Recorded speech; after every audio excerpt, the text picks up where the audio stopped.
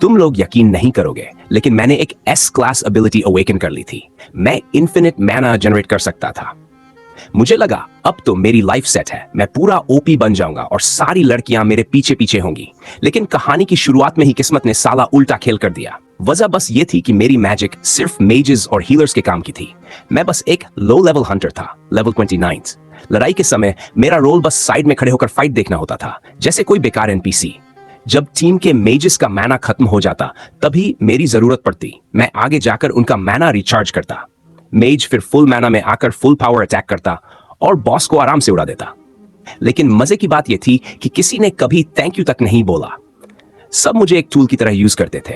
काम निकलते ही एटीट्यूड ऐसा कि साला तू तो कुछ है ही नहीं। एक दिन लीडर ने साफ साफ बोल दिया कि आज तुमने ज्यादा कंट्रीब्यूट नहीं किया, जाओ बॉस के यूजफुल पार्ट्स कलेक्ट करो। उस टाइम दिल से निकला कि साला मैं हंटर हूं या मजदूर, लेकिन मजबूरी थी तो चुपचाप मान लिया। पास खड़े टीममेट्स हंसते हुए बोल रहे थे कि ये कॉम्बैट टीम का मेंबर है, फिर लॉजिस्टिक्स का काम भी इसी से करवा रहे हैं। किसी ने ताना मारा कि सुना है इसके पास बस एक ही एबिलिटी है, इनफाइनाइट मैना जनरेशन।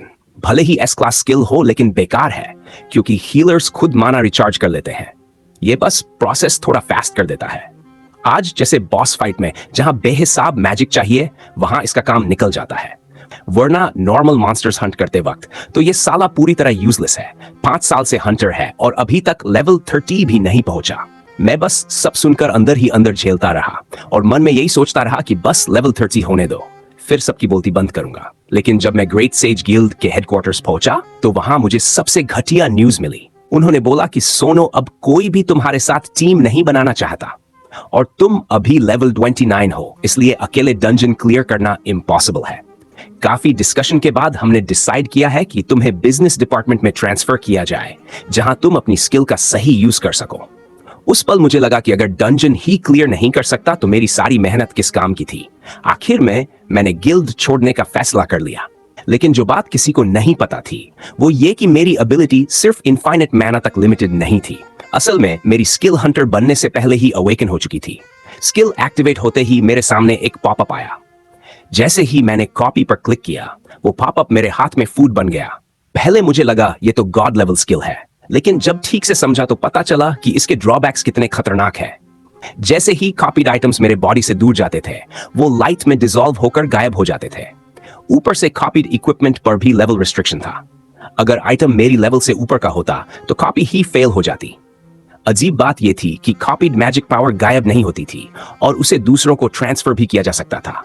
इसी वजह से सब लोग मेरी स्किल को इन्फिनिट मैना जनरेशन समझ बैठे, जबकि मैं दूसरों की स्किल्स भी कॉपी कर सकता था, लेकिन उस पर ढेर सारी कंडीशंस लगी हुई थी।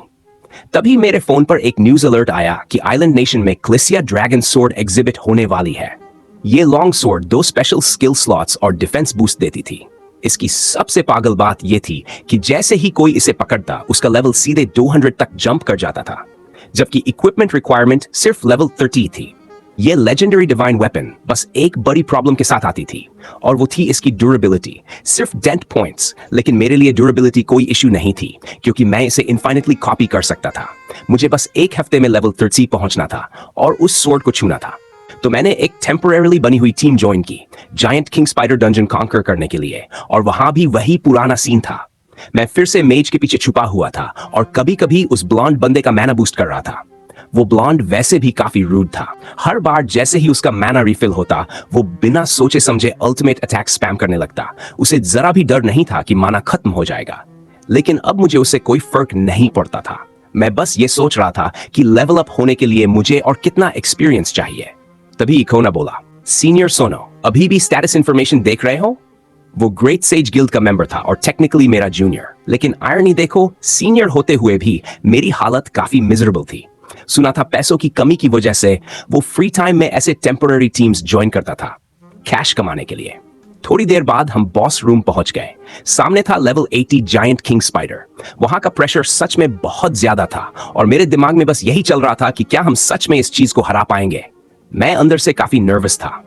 तभी यनागा ने मेरा डर नोटिस किया और बोला, डोंट वरी सीनियर, बस पीछे छुपे रहना। जायंट किंग स्पाइडर को हराना एक्चुअली सिंपल है, बस उसकी सिल्क से बचकर रहना। एक बार फंस गए तो निकलना टफ हो जाता है। और हाँ, अगर स्पाइडर एग्स डैमेज हो गए तो बॉस पूरा बर्जर्क हो जाएगा। लेकिन तभी पास खड़ा वो ब्लॉन्ड इम्पेशेंट हो गया और चिल्लाया, ये नगा, तुम ऑडियंस मेंबर को ये सब क्यों समझा रहे हो? स्टार्ट करते हैं ना। ये बोलकर उसने गुस्से में पैर से एक छोटा सा पत्थर मारा और साला वही पत्थर स्पाइडर सिल्क से टकरा गया। जायंट किंग स्पाइडर ने मूवमेंट सेंस किया, जोरदार रोर मारा और सब पर अटैक कर दिया। किसी ने चिल्लाकर कहा, डैम इट मेज, देख लिया तूने क्या कर दिया। लकीली हमारे टैंक ने अटैक ब्लॉक कर लिया और बॉस का एक पैर भी काट दिया। फिर आवाज आई, तुम सब स्टैचू क्यों बने खड़े हो, अटैक करो। और सबने अपने वेपन्स उठा लिए, सिग्नेचर मूव्स चला दिए और बॉस पर टूट पड़े। मैं पीछे छुपकर बस मन ही मन चीयर कर रहा था, लेकिन तभी एक और बकचोदी हो गई। जैसे ही जायंट किंग स्पाइडर ने सिल्क स्किल यूज की, वो ब्लॉन्ड इडियट फिर से रेकलेस हो गया और उसने वाइड रेंज फ्लेम स्किल सीधे नेस्ट पर मार दी। सिल्क की प्रोटेक्शन की वजह से बॉस को तो डैमेज नहीं हुआ, लेकिन नेस्ट में पड़े स्पाइडर एग्स पूरी तरह डिस्ट्रॉय हो गए। ये देखते ही जायंट किंग स्पाइडर पूरा पागल हो गया। बर्सर्क मोड में उसने बेहिसाब सिल्क्स उगल दिए और सब लोग उसमें फंस गए। कोई भी टाइम पर एस्केप नहीं कर पाया और सब पूरी तरह बाइंड हो गए। ब्लॉन्ड चिल्ला रहा था, ये क्या हो रहा है, मेरी फ्लेम सिल्क पर काम क्यों नहीं कर रही? उसकी आवाज ने बॉस का ध्यान खींच लिया और जायंट किंग स्पाइडर धीरे धीरे उसकी तरफ बढ़ने लगा।